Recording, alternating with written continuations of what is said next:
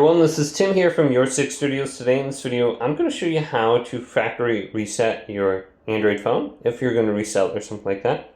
This is easy. Just go to top right and go to settings. Scroll on down. And we're looking for About Phone.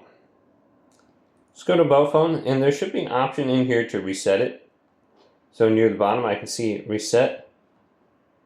So let's just tap that. And then we got a few different options. We got factory data reset, reset all settings, reset mobile network settings, reset Wi-Fi.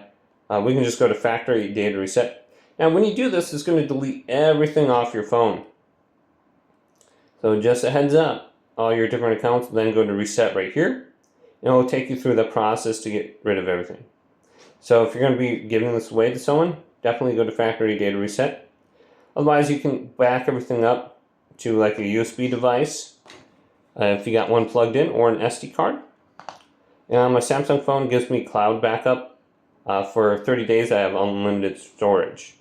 So I can just come back in if something's wrong with my phone, and then I can go to this option, and I can retrieve all my data at some point. But hopefully this video did indeed help you out. If it did, leave it a big thumbs up, and subscribe to my channel down below.